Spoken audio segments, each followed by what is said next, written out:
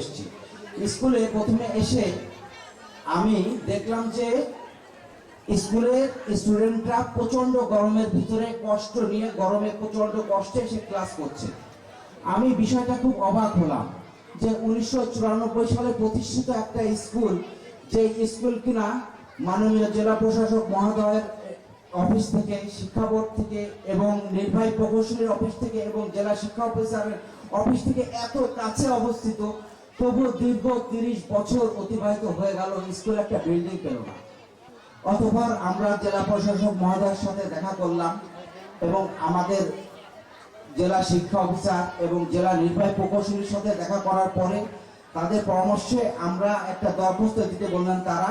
আমরা দরখাস্ত দিলাম যথারীতি স্কুলের, এবং এই দরখাস্তটা যথারীতি 4 তলা বিল্ডিং, এই শিলারাই মাধ্যমিক বিদ্যালয় যে 4 তলা বিল্ডিং পাবে তার যথাযথ প্রসেস এবং স্মারক নম্বর ফেলে সেটা হচ্ছে ঢাকায় অলরেডি প্রেরণ করা হয়েছে গত মাসের 31/8/2025 তারিখে।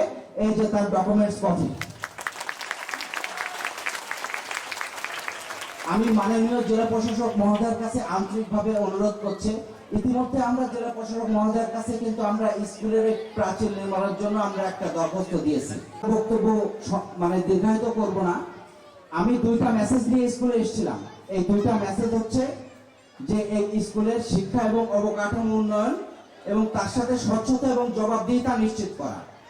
আর দ্বিতীয় মেসেজটি হচ্ছে সকলের প্রতি আমার যে মেসেজ, যে এই সমাজ, এই পৃথিবীর সর্বোৎকৃষ্ট পন্থাটা অবলম্বন করা। এই মানব সমাজের সর্বোৎকৃষ্ট পন্থা হচ্ছে সততা। সততাই হচ্ছে সর্বোৎকৃষ্ট পন্থা। অতএব যে এই সততা পন্থাটা অবলম্বন করবে সে জীবনে অবশ্যই সফল হবে, এইটাই আমার মেসেজ। আর সর্বশেষ কথা হচ্ছে আমাদের স্কুলের প্রাচীর, আমাদের স্কুলের বিল্ডিং, 4 তলা নতুন ভবন, দীর্ঘ প্রাচীন এই স্কুলের প্রাচীন ভবন, এটা আমি জেলা প্রশাসক মহোদয়, জেলা শিক্ষা অফিসার মহোদয় এবং প্রকৌশলী মহোদয়ের উপরে সিদ্ধান্তের উপরে ছেড়ে দিলাম। ধন্যবাদ সবাই।